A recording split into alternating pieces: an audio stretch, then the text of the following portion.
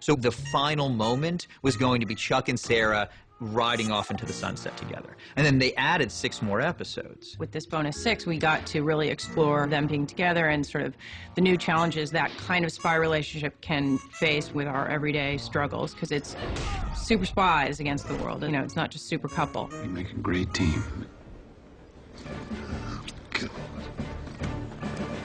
John Casey is a man of few words, mostly grunts. Huh? Every grunt says 1,000 words. They mock me, actually. They make fun of me all the time. I don't write it, I just sort of grunt it. He can do small things that signify a lot for his character. Casey can be a bit of a regular guy, but he's always got to be Casey. The John Wayne, the Clint Eastwood. I can be very persuasive. This season, we've had a lot of fun with the idea of expanding his backstory. Well, Casey started out as pretty much this mysterious hard guy killer. And over the course of events, he's come to love and enjoy and embrace the relationships with Chuck and with Sarah. Proud of you. As close to normal way as a human could be expected to. You have to believe I would never hurt you. No, just forcibly kidnap me. His experience with learning about his family, it really humanized Casey, and I think he doesn't know how to react to it. Well, he's got a daughter. Alex, I'm your father. Casey's got a daughter. He's got a woman that was his fiance before he went off to war, who he reconnects with, so that's pretty big. He is so bottled up and so macho and warrior-like that it's fun to see when that cracks. And I think that's going to really push his character in interesting new dimensions and see how he still retains his John Casey-ness while we begin to flesh out his humanity. You are joining the world of human beings, so proud of you. Kudos for that. Do you know? Do you know? On 3, we both say what we know. Okay. 1, 2, 3. Chuck's up! Oh my God, you know. We take each person into the spy world as it's a huge deal for us, because we know that when we do that, we're changing the dynamic of the show. I can't talk to my best friend or my sister about anything in my life. I'm not a machine. Okay, I am a machine, but I'm also a person. Now he's a full-fledged spy, and, you know, people are finding out, everybody's kind of along for the ride. The Chuck and Morgan friendship was a big part of the show in the first season, and we felt last year as we expanded the mythology and all that, we got away from that dynamic a little bit. I'm firing you as my best friend. And the actors missed it. You know, they're buddies and they miss spending time together, and they're really good together. And the only way you're really going to be able to get Chuck and Morgan to share more screen time is if Morgan is part of the Chuck spy world. And I deserve to know I demand to know what the hell's going on with you lately. Well, then Josh Gomez himself was like, what if I was like Alfred to his Batman? Chuck needs an Alfred. If he's Batman, he needs an Alfred. You know, if he's Bond, he needs a Q. He needs that guy he can talk to about his feelings, his girly feelings, as Casey would say. You know, he gets to be part of his best friend's life again. His reaction to Chuck telling him he's a spy isn't that, how could you not tell me? You know, it's more like, this is so exciting. We're going to have so much fun. My best friend is a spy? This is unbelievable. This is the best news I've ever heard. Holy smokes, it makes perfect sense. And it's like the spirit of the show. Chuck, you're officially rehired as my best friend. Great, that's good news, thanks. Morgan is fairly courageous. And through his loyalty and his heart, he kind of, you know, he's able to do these things. Time for me to be a hero.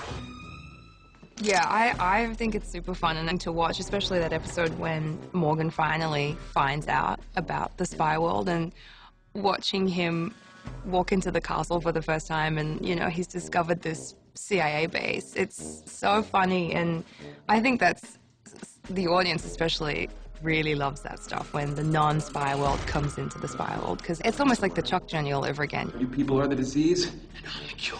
I didn't give you any bullets. You kidding me? It's just great. It's cool. And even if they are kind of, you know, passing, if Chuck is still on a mission or doing something and Morgan's not a part of it, it doesn't have that same, it feels like there's not that same strain of like, I know why he's doing it. It's like, go get him, Tiger. I'm like the Mary Jane now to his, which is odd. Stop! Yeah, when Captain Awesome finds out that Chuck's a spy, he was excited, he was pumped up about it, and the more he saw Chuck as a spy, he wanted in on the action. This is badass. I mean, it gave him a good mirror of how his life was a little boring. You're an adventure sports cardiologist. Whatever, man. I can do that in my sleep. You know, I need some real action, some real adrenaline. He basically got in on some of it and realized he was in over his head. Well, in the beginning of the season was essentially Ellie has the two most important men in her life lying to her, and she knows something's wrong. And then that just starts to really weigh on my husband, and he finally is just sick of the lies and just feels like we need to get as far away from Chuck and his hijinks and what's going on as possible. Africa. Africa. Sarah Lancaster is such a fantastic actress that we needed to come up with a way to bring her into the show. I'm Justin, camp security coordinator.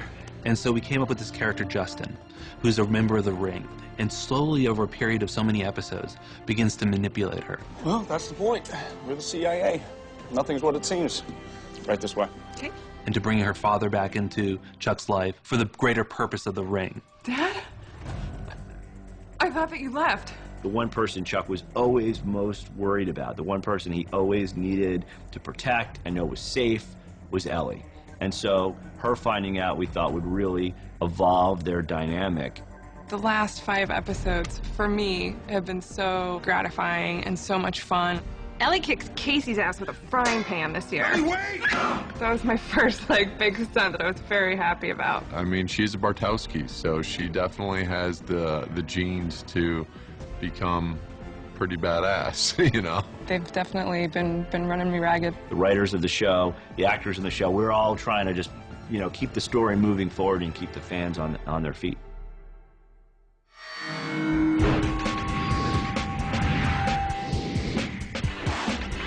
The first season that we went to Comic-Con, I was truthfully like, who is going to show up? No one knew what the show was, and we got there and it was packed. We showed them our pilot at Comic-Con and people went crazy. They saw Sarah and Casey in the Buy More. They kind of knew what the show was going to be like. They thought it was fun. It spoke to the geek side of the equation, but also had cool spy-fi action comedy stuff. And there was a standing ovation, and it was crazy because as like a television writer, you're not used to that. We were a little misty-eyed. And we had the sense of, oh, well, maybe people will respond to the show. There was enough, kind of buzz and hype to fill one of the smaller halls down in San Diego. But I think most of those people came to see Adam Baldwin. And I think that we delivered enough for them in the first season where they go, yeah, this is a cool show, that I like it. I'm going to stay with it. Chuck is one of them. I'm one of them. Josh is one of them. We take our geekdom, our geekiosity, our geekiness, we take it very seriously. I wear my nerd badge with honor. All the things that I think Chuck is very into. When I got the job, I was like, this is totally a dream come true. I don't even have to act. Going down to Comic-Con is one of the most rewarding experiences. We see the reality of what our show does to people, how the show makes other people feel. You never hear the word awesome so much in your life. I mean, just being shouted. That's weird. It's like, I feel like I'm a Beatle. That's the closest I'll ever get, I guess. It's so rewarding. It's the greatest thing ever because we're seeing why our show is so great and why it's lasted this long. It's built every year. And the last season that we went, 6,000 people, and everyone's just rocking out. We had Jeffster perform, Fat Bottom Girls, and people said they've never seen a Comic-Con panel quite like this. The crowd went wild. It's a very intense bunch. It was really emotional to stand up on that stage at Comic-Con this year, knowing that they had such a big part in us coming back. Our fans were such a huge and integral part of our salvation, buying foot-long sandwiches at Subway. Like, who'd have thunk it? Buy a sandwich, save a show. It gives them a voice in a way, and I think that's a really good thing. For me, that's also been part of the evolution of the series as well, is as the show has gone on, having this really rabid and loyal fan base that has fought for the show and stuck with the show. So now they weren't just fans, they were participants. I think at one point I genuinely wanted to cry. I mean, even now I'm kind of feeling a little emotional. It was very, very, very, very poignant. Very poignant. I couldn't have asked for a better show. I mean, I can't. It's so much fun. I don't know if there's another show that has more fun than we do. That's for sure. I met with Josh, three and a half years ago. And just to go from an idea that I pitched to my wife as we were making the bed one morning, to actually turning it into a show with my friend, and then building this kind of giant family, which we've done here. It's kind of overwhelming. Every time I try to think about what they're going to do, the next season, or the season finale, it always excels my expectations. The show has really evolved into this family. It's not just about him being a spy. It's about the relationships that are happening around his spy life.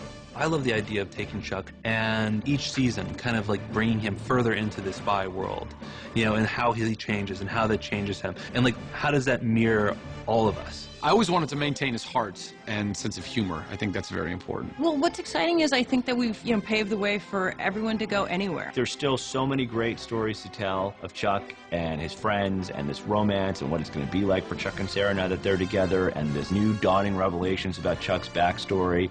There's so many places for the show to go. Oh. We're shooting an EPK. Kind of. Warner Home Video. It's gonna be forever on a DVD. Blu-ray. Eventually just, you know, direct download, whatever. Yeah, what was I talking about?